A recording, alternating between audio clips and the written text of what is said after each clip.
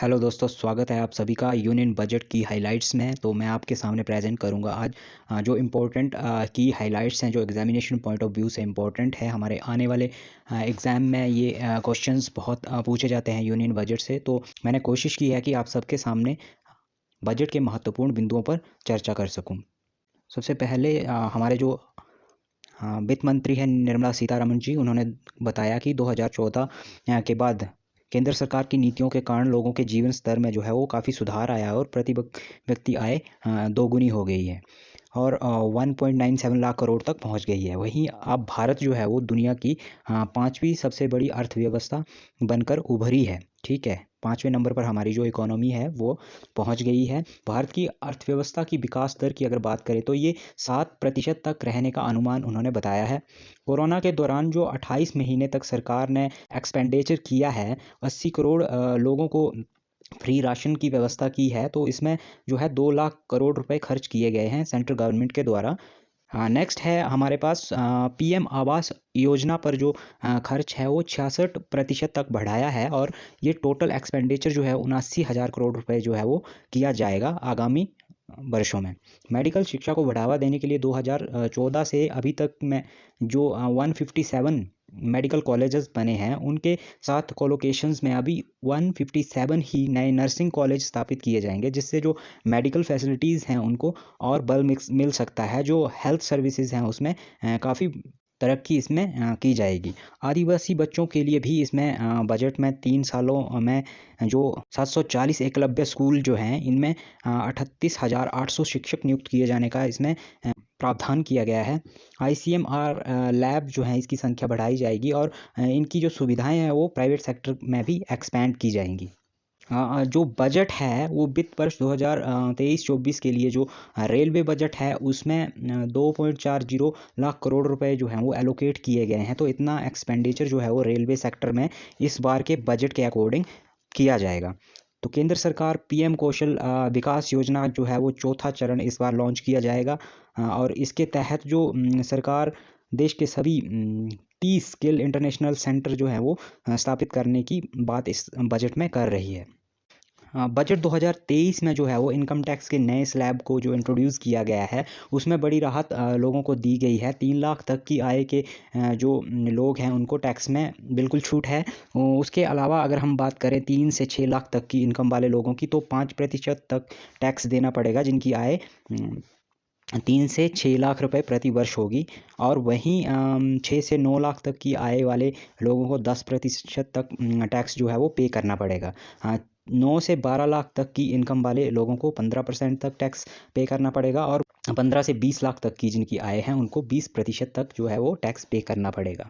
अगर 15 लाख से अधिक आपकी आय है तो आपको 30% तक टैक्स पे करना पड़ सकता है। महिला सेविंग सम्मान पत्र को जो है वो लॉन्च किया जाएगा, जिसमें 2 लाख तक का निवेश किया जा सकता है। ये महिलाओं के लिए एक अच्छी स्कीम है। सीनियर सिटीजन सेविंग स्कीम की सीमा को बढ़ाकर 15 से 30 लाख रुपए तक कर दिया है।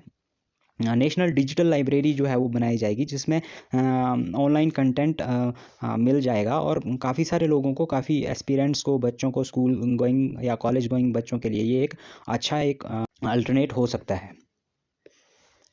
आगामी 3 वर्षों में प्रधानमंत्री कौशल विकास योजना जो है 4.0 लॉन्च की जाएगी, जिसमें इंडस्ट्री बेस्ड जो पाठ्यक्रम है स्कूल या कॉलेजेस का, उस पर बल दिया जाएगा। ग्रीन क्रेडिट प्रोग्राम को अगर हम देखें तो वो पर्यावरण सुरक्षा कानूनों के तहत शुरू किया जाएगा।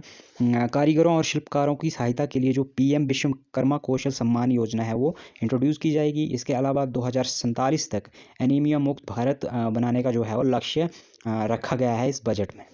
अगर हम बात करें इंडिया के जो हमारे बजट में दर्शाया गया है कि कितना रुपए जो है वो कहाँ से आता है और जो रुपया जो है वो जाता कहाँ है, तो हम आने की अगर बात करें जो इंडिया का रेवेन्यू है उसमें देखें तो सबसे ज़्यादा जो हमारी बोरोइंग एंड लाइबिलिटीज़ है उसमें 34% जो है वो रुपए में, अगर 1 रुपये को देखें तो 34% जो उसका है, 34 पैसे जो है वो बोरोइंग एंड अदर लाइबिलिटीज़ से आता है, जो हाईएस्ट है। उसके बाद देखते हैं इनकम टैक्स 15% कंट्रीब्यूट करता है।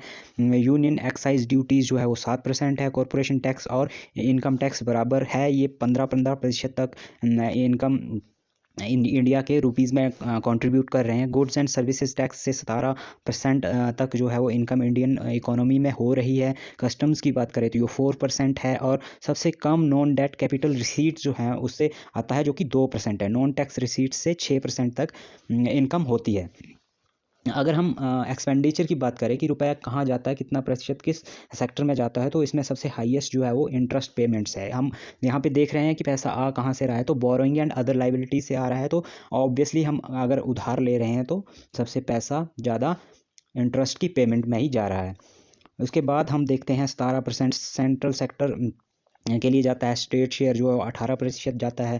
पेंशन में 4%, अदर एक्सपेंडिचर में 8%, फाइनेंशियल कमीशन एंड ट्रांसफर्स में 9%, डिफेंस के लिए 8% जो है जाता है। सब्सिडीज़ के लिए 7% जाता है। सेंट्रली स्पॉन्सर्ड स्कीम्स जो है उसके लिए 9% जो है वो एक्सपेंडिचर होता है। अगर हम बात करें डिफरेंट मिनिस्ट्रीज़ की, 5.94 लाख करोड़ जो है वो जाता है। 5.94 लाख करोड़ जो है वो डिफेंस में जा रहा है। Ministry of road and transport and highways में 2.70 लाख करोड़ जा रहा है। मिनिस्ट्री ऑफ रेलवेज़ के पास, जैसे हम पहले डिस्कस कर चुके हैं, ये 2.41 लाख करोड़ है। Ministry of consumer affairs, food and public distribution में 2.06 लाख करोड़ है। मिनिस्ट्री ऑफ होम अफेयर्स के पास 1.96 गया है। Ministry of chemical and fertilisers के लिए 1.78 लाख करोड़ रुपए एलोकेट किया गया है। मिनिस्ट्री ऑफ रूरल डेवलपमेंट के लिए 1.60 लाख करोड़ रुपए गया है।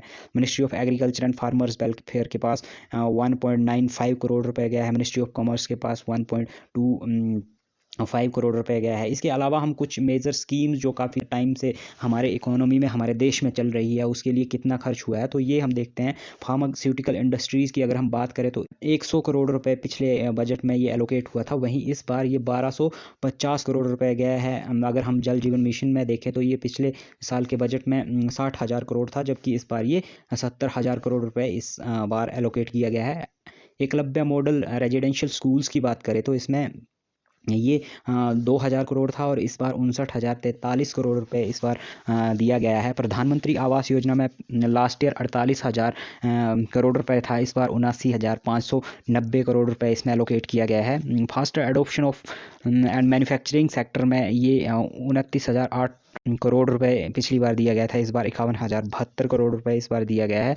North east special infrastructure development schemes के लिए पिछले साल ये 1419 करोड़ रुपए दिया गया था, जो कि इस बार 2491 करोड़ रुपए दिया गया है। इसी के साथ थैंक यू। उम्मीद करता हूँ आपको बहुत अच्छे से ये हाइलाइट्स समझ आ गए होंगे। तो और इस तरह की वीडियोस के लिए हमारे चैनल के साथ जुड़े रहिए, हमारे चैनल को सब्सक्राइब कीजिए, वीडियो को शेयर करें और लाइक करें। आपका धन्यवाद।